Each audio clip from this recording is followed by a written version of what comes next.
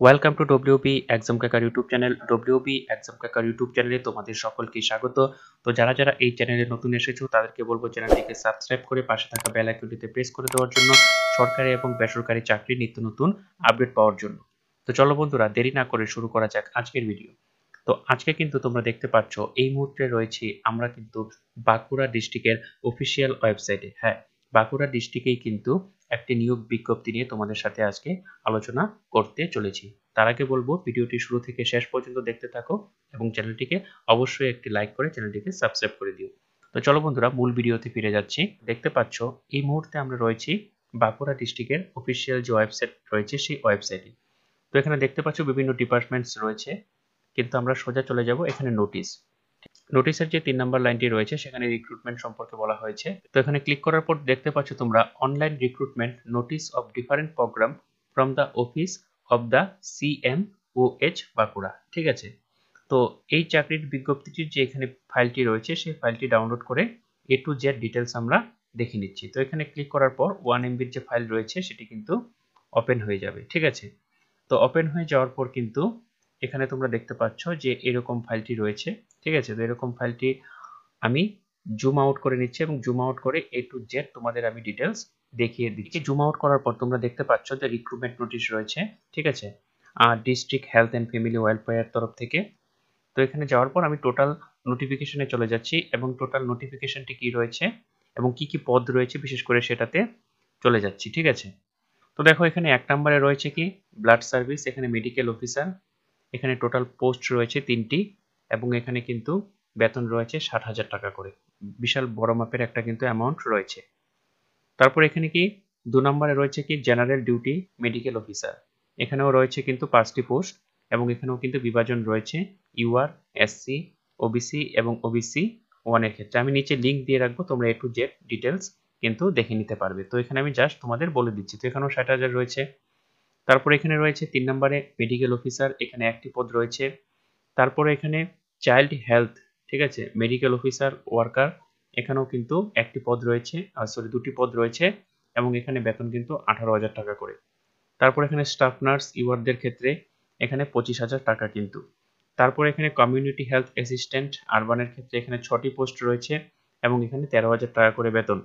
তারপর এখানে ক্লিনিক্যাল সাইকোলজিস্টের ক্ষেত্রে 2টি পদ এবং এখানেও কিন্তু 30,000 টাকা কিন্তু বেতন রয়েছে। ঠিক আছে, তারপরে চলে যাচ্ছি, আরো কিন্তু পোস্ট রয়েছে। দেখো এখানে কি, এখানে দেখো এখানে রয়েছে সিনিয়র টিউবারকুলোসিস ল্যাবরেটরি সুপারভাইজার, এখানে ইউআরদের ক্ষেত্রে একটি রয়েছে এবং টোটাল একটি পদ, এখানে 25,000 টাকা। তারপরে প্রোগ্রাম অ্যাসিস্ট্যান্ট এখানে কিন্তু 22,000 টাকা এবং এখানে রয়েছে মাল্টি রিভ্যালেশন ওয়ার্কার এবং এখানেও কিন্তু পোস্ট রয়েছে 9টি এবং এখানে কিন্তু 18,000 টাকা। এখানে ব্লাড সার্ভিসের ক্ষেত্রে কাউন্সিলর রয়েছে এবং এখানে রয়েছে ইউআরদের ক্ষেত্রে একটি, এখানে 22,000 টাকা বেতন। এখানে রয়েছে ফার্মাসিস্টের জন্য একটি পোস্ট রয়েছে, এখানে 22,000 টাকা বেতন। ঠিক আছে, তারপরে এখানে রয়েছে কাউন্সিলর ICTC, এখানে কিন্তু একটি এবং এখানে কিন্তু 21,000 টাকা বেতন। তো বেতনের ক্ষেত্রে মোটামুটি তোমার বেতন কিন্তু ভালোই রয়েছে। ঠিক আছে, এবং পোস্টও কিন্তু প্রায় অনেকগুলি এবং এখানে দেখে নিচ্ছি কোনটার ক্ষেত্রে কি কি যোগ্যতা রয়েছে। দেখো এখানে প্রথমেই রয়েছে যে এসেনশিয়াল কোয়ালিফিকেশন এক্সপিরিয়েন্স।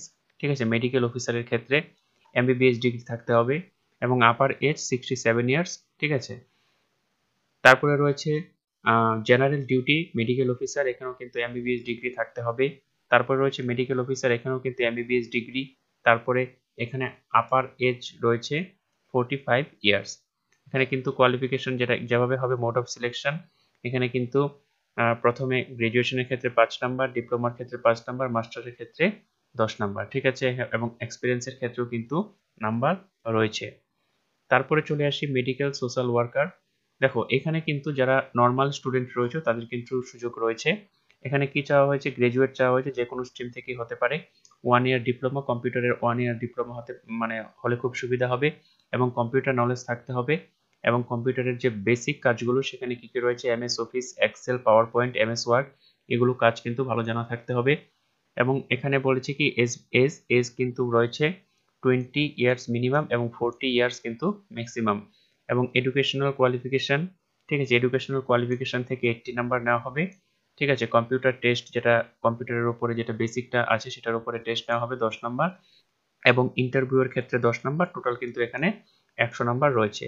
তো আমি তোমাদের একটু বলে রাখছি এখানে কিন্তু যেটা আমাদের পোস্ট ছিল medical social worker child health NRC, ঠিক আছে। এখানে কিন্তু কতগুলো পোস্ট রয়েছে আমি একবার দেখে দিচ্ছি।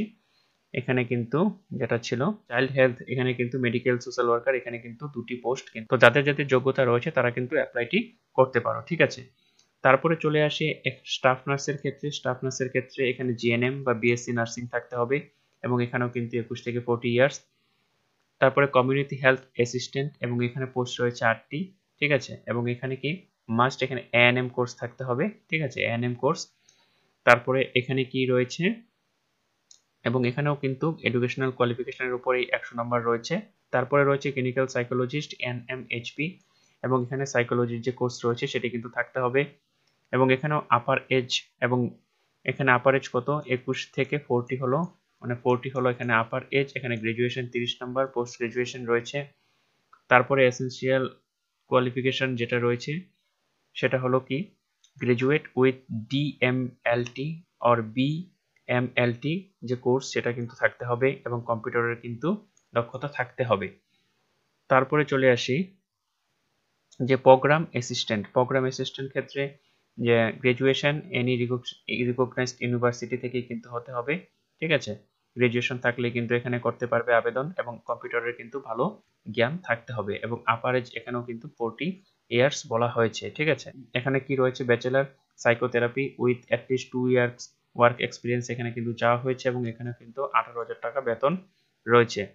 তারপর রয়েছে কনসুলার ব্লাড ব্যাংকের ক্ষেত্রে এখানে post graduate psychology social work, ঠিক আছে, মানে এমএসডব্লিউ যে কোর্সগুলো রয়েছে এখান থেকে কিন্তু, এবং ওয়ার্কিং নলেজ উইথ কম্পিউটারের ভালো জ্ঞান থাকতে হবে, এবং এখানেও কিন্তু 20,000 টাকা বেতন রয়েছে। তারপরে ফার্মাসিস্টের যে ডিগ্রিটা হয়, ঠিক আছে, ডি ফার্মা বা বি ফার্মা উভয় কিন্তু এখানে অ্যাপ্লাই করতে পারবে, এবং এখানেও বেতন কিন্তু রয়েছে 22,000 টাকা, ঠিক আছে। এবং এখানে একাডেমিক যে নাম্বার রয়েছে এখানে 85 নাম্বার রয়েছে।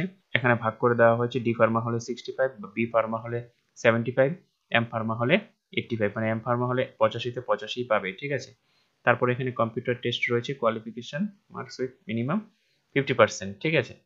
এবং এখানে আরেকটা রয়েছে কনসুলার, এখানেও রয়েছে কিন্তু graduation in social science from recognised institution.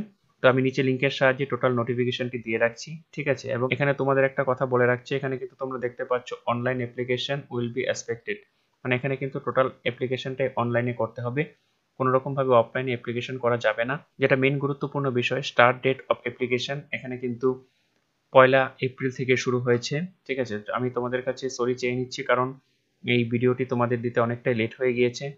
তারপরে এখানে অ্যাপ্লিকেশন তোমরা কত তারিখ পর্যন্ত করতে পারবে, 13 এপ্রিল পর্যন্ত তোমরা করতে পারবে, এবং এখানে 13 এপ্রিল মানে লাস্ট রাত্রি 12টার আগে পর্যন্ত করতে পারবে।